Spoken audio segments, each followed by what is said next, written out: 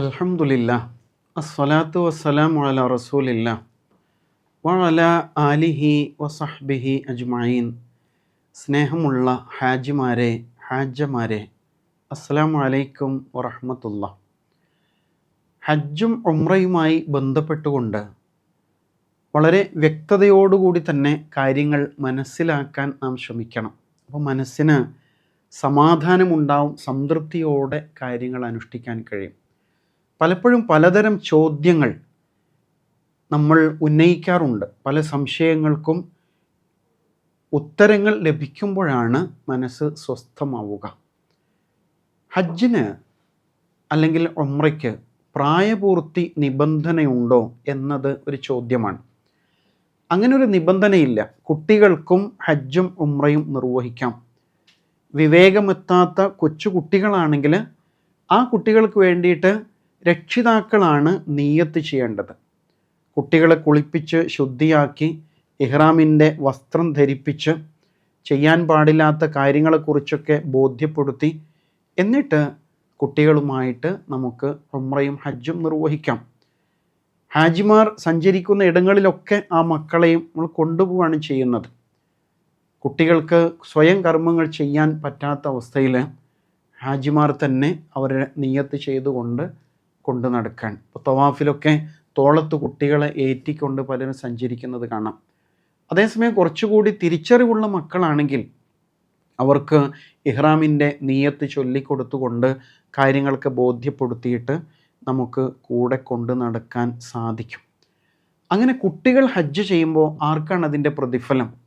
തീർച്ചയായും മക്കൾക്ക് അതിൻ്റെ പ്രതിഫലമുണ്ട്, രക്ഷിതാക്കൾക്കും ഉണ്ട്. ഇങ്ങനെ ഹജ്ജ് ചെയ്യുമ്പോൾ പിന്നീട് ആ മക്കൾ സ്വന്തമായിട്ട് ഹജ്ജ് നിർവഹിക്കേണ്ടതുണ്ടോ? പ്രായപൂർത്തി എത്തുമ്പോൾ തീർച്ചയായും അവർക്ക് ഹജ്ജും ഉംറയും ഫർളാകുന്ന സാഹചര്യത്തിൽ അവർ സ്വയം തന്നെ പിന്നീടത് നിർവഹിക്കണം. ആദ്യം നിർവഹിച്ചത് പ്രായപൂർത്തി എത്തുന്നതിന് മുമ്പാണ് എന്നതുകൊണ്ട് പക്വതയുടെ ഘട്ടത്തിലല്ല എന്നതിനാൽ ആ ഒരു തിരിച്ചറിവിൽ അവരെത്തിയിട്ടില്ലല്ലോ. അതുകൊണ്ട് തന്നെ സ്വന്തം ഫർളായ അവസ്ഥയിൽ പിന്നീട് ജീവിതത്തിൽ അവർ ഹജ്ജും ഉംറയും സ്വന്തമായി തന്നെ നിർവഹിക്കണം എന്നാണ് അതിൽ മനസ്സിലാക്കേണ്ടത്. ഇനി പകരം ഹജ്ജുമായി ബന്ധപ്പെട്ട് ആർക്ക് വേണ്ടിയാണ് പകരം ഹജ്ജും ഉംറയും നിർവഹിക്കാൻ കഴിയുക? നമ്മിൽ നിന്ന് മരണപ്പെട്ടു പോയ മാതാപിതാക്കൾക്ക് വേണ്ടി നിർവഹിക്കാം. അതുപോലെ യാത്ര ചെയ്യാൻ ശാരീരികമായിട്ട് ശേഷിയില്ലാത്ത നിത്യ രോഗാവസ്ഥയിലുള്ള ആളുകൾക്ക് വേണ്ടിയിട്ട് മറ്റൊരാൾ പകരം ഹജ്ജും ഉംറയും നിർവഹിക്കാവുന്നതാണ്. ഇപ്പോൾ സ്വന്തം മക്കൾ തന്നെ അത് ഏറ്റെടുത്ത് നിർവഹിക്കാം. മാതാപിതാക്കളുടെ സ്വത്ത് കൊണ്ട് തന്നെ നിർവഹിക്കാം. ഇനി മരണപ്പെട്ടു പോയവരാണെങ്കിൽ അവരുടെ സ്വത്ത് അനന്തരാവകാശം വിഹിതം വെക്കുന്നതിന് മുമ്പ് ഉമ്മയുടെ വാപ്പയുടെ ഫർളായ ഹജ്ജ് പൂർത്തീകരിക്കാൻ വേണ്ടി എന്ന നിലയ്ക്ക് ആ സമ്പത്തിൽ നിന്ന് തന്നെ ഒരു വിഹിതം മാറ്റിവെച്ചുകൊണ്ട് മക്കളിൽ ആർക്കെങ്കിലുമൊക്കെ നിർവഹിക്കാം. ഇനി മറ്റുള്ളവരാണെങ്കിലും കുഴപ്പമില്ല. അതേസമയം പകരം ഹജ്ജ് നിർവഹിക്കുന്ന ആൾക്ക് ഉള്ള നിബന്ധന എന്താണ്? അയാൾ സ്വന്തം ഹജ്ജ് നേരത്തെ നിർവഹിച്ച ആളായിരിക്കണം. അതാണ് ഏറ്റവും പ്രധാനപ്പെട്ട നിബന്ധന. അങ്ങനെ അദ്ദേഹത്തിൻ്റെ പേരിൽ ഇഹ്റാം ചെയ്തുകൊണ്ട് ആയിരിക്കും ഇദ്ദേഹം പുറപ്പെടുന്നത്. അദ്ദേഹത്തിന് വേണ്ടി നിരന്തരമായി അവിടെ വെച്ച് പ്രാർത്ഥനകൾ നിർവഹിക്കുന്നു. അതേസമയം പകരം ഹജ്ജ് ചെയ്യുന്ന ആൾ തന്നെയാണ് കർമ്മങ്ങളെല്ലാം പൂർത്തീകരിക്കുന്നത് എന്നതാണ് അതിലെ പ്രത്യേകത. ഇനി ഒരു ഹജ്ജിൽ എത്ര പേർക്ക് പങ്കാളികളാവാം? ഒരാൾക്കേ പറ്റുള്ളൂ. ഒരാൾ സ്വന്തം ഹജ്ജിന് പുറപ്പെട്ടതാണെങ്കിൽ അയാൾക്ക് വേണ്ടി മാത്രമായിരിക്കും ഹജ്ജ്. ഇനി പകരം മറ്റൊരാൾക്ക് വേണ്ടിയാണ് ഹജ്ജെങ്കിൽ അദ്ദേഹത്തിന് വേണ്ടി മാത്രമായിരിക്കും. ഒരു ഹജ്ജിൽ ഒന്നിലേറെ ആളുകൾക്ക് പങ്കാളികളാകാൻ കഴിയില്ല. അതേപോലെ തന്നെയാണ് ഉംറയും. ഒരു ഉംറയിൽ ഒന്നിലേറെ ഉമ്മാക്കും വാപ്പാക്കും വേണ്ടി ഒരു ഉംറ, അങ്ങനെ സാധ്യമല്ല. ഒരു ഉംറ ഒരാൾക്ക് വേണ്ടി മാത്രമായിരിക്കും എന്നത് മനസ്സിലാക്കേണ്ട ഒരു വിഷയമാണ്. അതേപോലെ തന്നെ ഒരു യാത്രയിൽ എത്ര ഉംറ നിർവഹിക്കാം? റസൂൽ സല്ലല്ലാഹു അലൈഹി വസല്ലം ഒരു യാത്രയിൽ ഒരു ഉംറയാണ് നിർവഹിച്ചത്. പക്ഷേ നമ്മൾ അപൂർവമായിട്ട് ജീവിതത്തിൽ ഒരിക്കൽ അവിടെ എത്തുമ്പോൾ പരമാവധി അനുഷ്ഠാനങ്ങൾ നിർവഹിക്കുവാനുള്ള ആവേശം ഉണ്ടാവും. അങ്ങനെ ഒരുപാട് ഉംറകൾ ആളുകൾ നിർവഹിച്ചു കൊണ്ടേയിരിക്കുന്നത് കാണാം. തൻഈമിൽ പോയിട്ട് ഇഹ്റാം ചെയ്ത് നിരന്തരം ഉംറ ചെയ്തുകൊണ്ടിരിക്കുന്നവരുണ്ട്.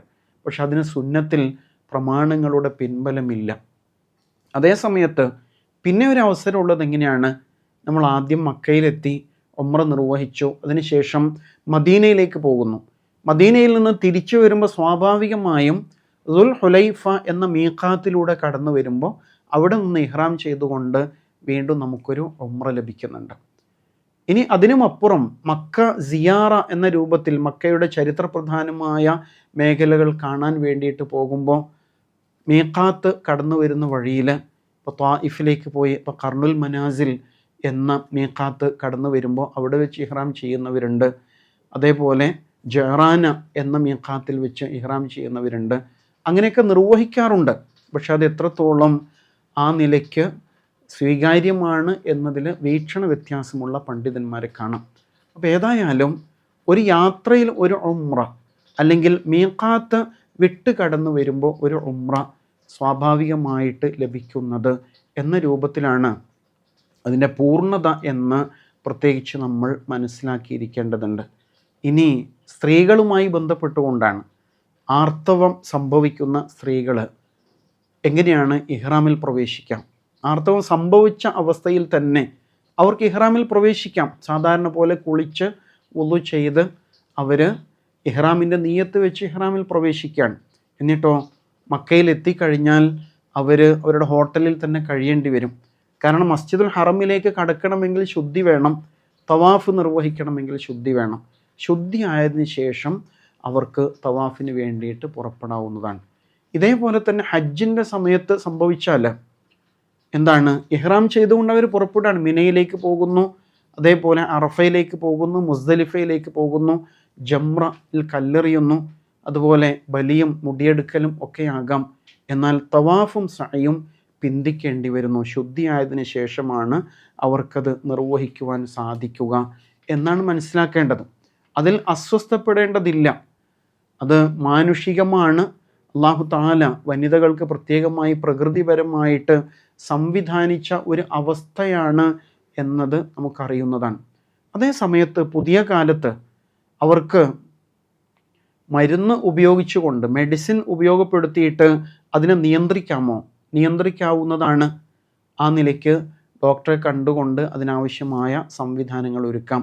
ആരോഗ്യപരമായ കൂടുതൽ പ്രയാസങ്ങൾ ഇല്ലാത്ത രൂപത്തിൽ അത് നിർവഹിക്കാം എന്നാണ് അതിൽ മനസ്സിലാക്കേണ്ടത്. ഇഹ്റാമിൽ പ്രവേശിച്ച ആൾക്ക് കുളിക്കുന്നതിനും ഇഹ്റാം ഡ്രസ്സ് കഴുകുന്നതിനൊക്കെ വല്ല നിയന്ത്രണമുണ്ടോ? ഒരു നിയന്ത്രണവും ഇല്ല. എത്ര വേണമെങ്കിലും കുളിക്കാവുന്നതാണ്. അതേപോലെ തന്നെ വസ്ത്രത്തിൽ അഴുക്കായാൽ ഇഹ്റാമിൻ്റെ ഡ്രസ്സ് മുഷിഞ്ഞാൽ അത് മാറ്റാം, അതുപോലെ അലക്കിയിട്ട് വീണ്ടും അത് ഉപയോഗിക്കാം. അപ്പോഴൊക്കെ ശ്രദ്ധിക്കേണ്ടത് ഒറ്റ തുണിയായിരിക്കണം അവർ പകരം ഉടുക്കുന്നത് എന്ന കാര്യമാണ് പ്രത്യേകമായി ശ്രദ്ധിക്കേണ്ടത്. ശരീരത്തിൽ ധാരാളം രോമങ്ങളുണ്ട്, തലയിലുണ്ട്. അത് സ്വാഭാവികമായിട്ട് കൊഴിഞ്ഞു പോയാൽ അസ്വസ്ഥപ്പെടേണ്ടതുണ്ടോ? ഇല്ല. അതിൻ്റെ പേരിൽ യാതൊരു അസ്വസ്ഥതയും വേണ്ട. ബോധപൂർവം അതിങ്ങനെ പറിച്ചെടുക്കുന്ന അവസ്ഥ ഉണ്ടാകുമ്പോഴാണ് പ്രായശ്ചിത്തം വേണ്ട അവസ്ഥ ഉണ്ടാകുന്നത്. ഇനി ഒരാൾക്ക് സ്വപ്നസ്ഖലനം സംഭവിച്ചു, വളരെ ക്ഷീണം വരുമ്പോൾ ചിലപ്പോൾ അങ്ങനെ സംഭവിക്കാം. അത് ഇഹ്റാമിനെ ബാധിക്കുമോ? ബാധിക്കുന്നില്ല. അതേ സമയത്ത് അയാൾക്ക് നമസ്കരിക്കണമെങ്കിൽ, തവാഫ് ചെയ്യണമെങ്കിൽ സ്വാഭാവികമായിട്ടും കുളിച്ച് ശുദ്ധിയാവണം. ആ നിലയ്ക്ക് ശുദ്ധിയാവണം എന്നല്ലാതെ ഇഹ്റാമിനെ അത് ബാധിക്കുകയില്ല എന്നാണ് പ്രത്യേകം മനസ്സിലാക്കേണ്ടത്. ഹജറുൽ അസ്വദിനെ മുത്താനും അതുപോലെയൊക്കെ തിക്കും തിരക്കും കൂട്ടിയിട്ട് എങ്ങനെയെങ്കിലുമൊക്കെ സാധിപ്പിച്ചെടുക്കുക എന്ന രീതി ശരിയാണോ? ശരിയല്ല. വളരെ പ്രധാനമാണ് ഹാജിമാരായ മറ്റ് സഹോദരങ്ങൾക്ക് പ്രയാസം ഉണ്ടാക്കാതിരിക്കുക എന്നത്. അതേപോലെ തന്നെ കഅബയുടെ എല്ലാ ഭാഗത്തും ചെന്ന് കെട്ടിപ്പിടിക്കുക, ചുംബിക്കുക എന്ന രീതി അനുവദിക്കപ്പെട്ടതാണോ? അങ്ങനെ വേണ്ടതില്ല. ഹജറുൽ അസ്വദിലും റുക്നുൽ യമാനിയിലുമാണ് ആ നിലയ്ക്ക് അനുവാദമുള്ളത് എന്നാണ് മനസ്സിലാക്കേണ്ടത്. കഅബയുടെ അകത്ത് നമസ്കരിക്കണമെങ്കിൽ എന്താ ചെയ്യാം? അതിനുള്ള പരിഹാരമാണ് ഹിജർ ഇസ്മായിൽ എന്ന ആ ചുറ്റുമതിലിൻ്റെ അകത്തുള്ള സ്ഥലമുണ്ടല്ലോ, അവിടെ അവസരം ലഭിക്കുമ്പോൾ പ്രവേശിച്ചുകൊണ്ട് നമസ്കാരം നിർവഹിച്ചാൽ അത് കഅബയുടെ അകത്ത് നിർവഹിക്കുന്നതിന് തുല്യമാകും എന്ന് പഠിപ്പിക്കപ്പെട്ടിട്ടുണ്ട്. ആ നിലയ്ക്ക് അത് നിർവഹിക്കാൻ കഴിയും. ഇങ്ങനെ കൊച്ചു കൊച്ചു സംശയങ്ങൾ നമ്മുടെ മനസ്സിൽ പലപ്പോഴും അസ്വസ്ഥത സൃഷ്ടിച്ചു കൊണ്ടിരിക്കുന്നുണ്ടാകും. അതിനൊക്കെയും ഉത്തരങ്ങൾ ബോധപൂർവം കണ്ടെത്തിയിട്ട് സംശയ നിവൃത്തി വരുത്തിക്കൊണ്ട് കർമ്മങ്ങളിലേക്ക് പ്രവേശിക്കാൻ ശ്രദ്ധിക്കണം. അല്ലാഹു സുബ്ഹാനഹു വ തആല മഖ്ബൂലും മബ്റൂറുമായ സ്വീകാര്യവും പുണ്യകരവുമായ ഉംറയും ഹജ്ജും പൂർത്തീകരിക്കുവാൻ തൗഫീഖ് നൽകി അനുഗ്രഹിക്കുമാറാവട്ടെ. സഫലവും സുരക്ഷിതവുമായി യാത്ര ചെയ്ത് കർമ്മങ്ങളെല്ലാം അതിൻ്റെ പൂർണ്ണതയോടുകൂടി നിർവഹിച്ച് കുടുംബങ്ങളിലേക്ക് തിരിച്ചെത്താൻ അല്ലാഹു തആല ഹാജിമാരെ അനുഗ്രഹിക്കുമാറാവട്ടെ. റബ്ബന തഖബ്ബൽ മിന്ന ഇന്നക അൻതസ് സമീഉൽ അലീം വതുബ് അലൈനാ ഇന്നക അൻതത് തവ്വാബുർ റഹീം.